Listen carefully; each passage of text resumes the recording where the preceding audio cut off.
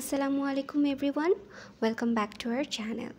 চলেন আজ আপনাদের খুব সহজ উপায়ে বাসায় বসে চিকেন শাসলিক কীভাবে বানাবেন তা দেখিয়ে দিই। ঘরোয়া উপাদান ও খুবই কম সময়ে বাসায় তৈরি করে নিতে পারবেন মজাদার এই চিকেন শাসলিক। চিকেন শাসলিক বানানোর জন্য আমি প্রথমে মুরগির বোনলেস মাংস নিয়েছিলাম, অর্থাৎ বুকের মাংসগুলো। সেগুলো বেশ ভালোভাবে ধুয়ে নিয়ে ছোটো ছোটো টুকরো করে নিয়েছি বাইট সাইজে। এবার সেগুলোর সাথে দিয়ে দিব সামান্য আদা রসুনের পেস্ট।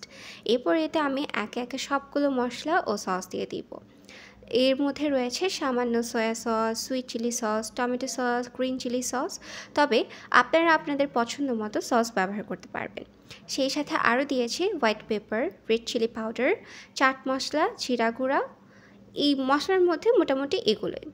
এর সাথে আমি সামান্য লেবুর রসও দিয়েছি। সব ধরনের সসে যেহেতু লবণ থাকে, তাই লবণ দেওয়ার ব্যাপারে একটু দেখে শুনে ইউজ করতে হবে। এবার সবগুলো উপাদান ভালোভাবে মিশিয়ে নিব। সবজির মধ্যে আমি এখানে শুধুমাত্র অনিয়ন অ্যান্ড গ্রিন ক্যাপসিকামই ব্যবহার করেছি। চাইলে আপনারা আপনাদের পছন্দ মতো সবজি নিতে পারবেন। মিক্সিংয়ের পর আধা ঘন্টা রেস্ট দিয়ে আমি সবগুলো সবজি ও মাংস কাঠিতে কেটে নেব নিজের পছন্দ মতো। তারপর একটি প্যানে খুব সামান্য তেল দিয়ে আমি সেগুলো শাসলিকগুলো দিয়ে দেব।